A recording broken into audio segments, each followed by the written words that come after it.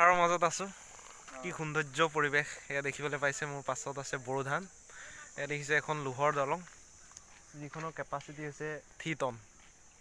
একদম এটা ভাল লগা পৰিৱেশ। মোৰ লগত আছে দাদা। হাই দি দিয়া দাদা, কিবা এটা কোৱা। কি ধুনীয়া পৰিৱেশ। লকডাউনৰ মাজতে এনেকুৱা এটা ভাল পৰিৱেশৰ মাজলৈ আহিছোঁ।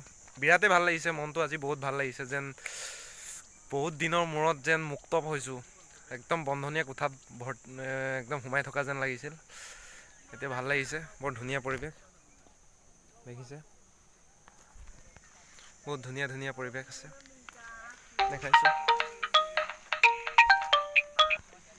দেখাইছোঁ একদম বৰ ধুনীয়া পৰিৱেশ। লোহৰ দলং।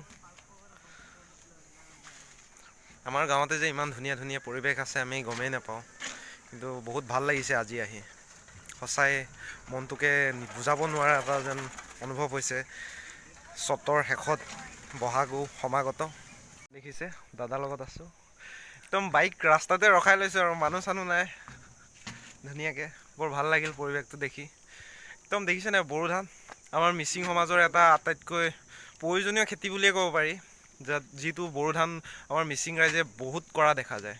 দেখিছে কিমান ধুনীয়াকৈ কৰিছে মিচিং ৰাইজে। ইয়াত প্ৰায় যিখিনি লোক আছে প্ৰায় মিচিঙে হয়।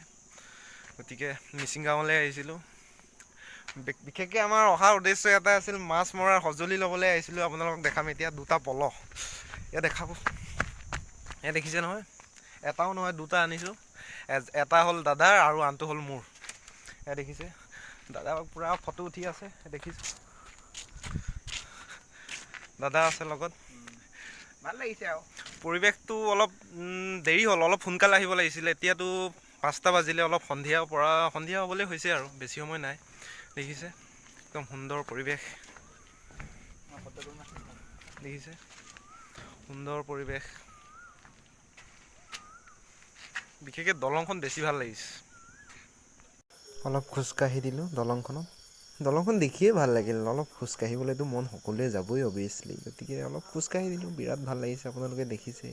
লোহৰ দলঙৰ মাজেৰে খোজকিছোঁ আহি আছোঁ আহি আছোঁ আহি আছোঁ আহি আছোঁ আহি আছোঁ আহি আছোঁ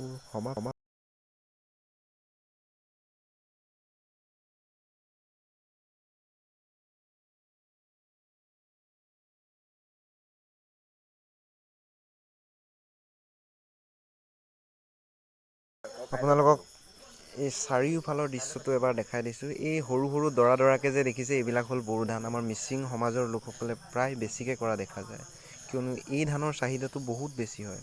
আৰু দেখিছে অলপ বাইক চলাই দিছোঁ ধুনীয়া এখন দলঙত, আৰু নচলাই কেনেকৈ থাকিব পাৰি আপোনালোকেতো জানেই আৰু। ফ্ৰেণ্ডছ, এতিয়া আমি ঘৰ যাওঁ। টাইম হ'ল, দাদাই মোক চিঞৰি আছে, গতিকে আমি যাওঁ। বাইক লৈ এতিয়া যাওঁ আৰু ঘৰলৈ। কি কৰিম আৰু, টাইম অলপ সোনকালে হ'ব লাগিছিল, অলপ সোনকালে আহিব লাগিছিল, কিন্তু অলপ দেৰি হ'ল। গতিকে ঘৰলৈ যাওঁ। বাই বাই ফ্ৰেণ্ড, আকৌ লগ পাম।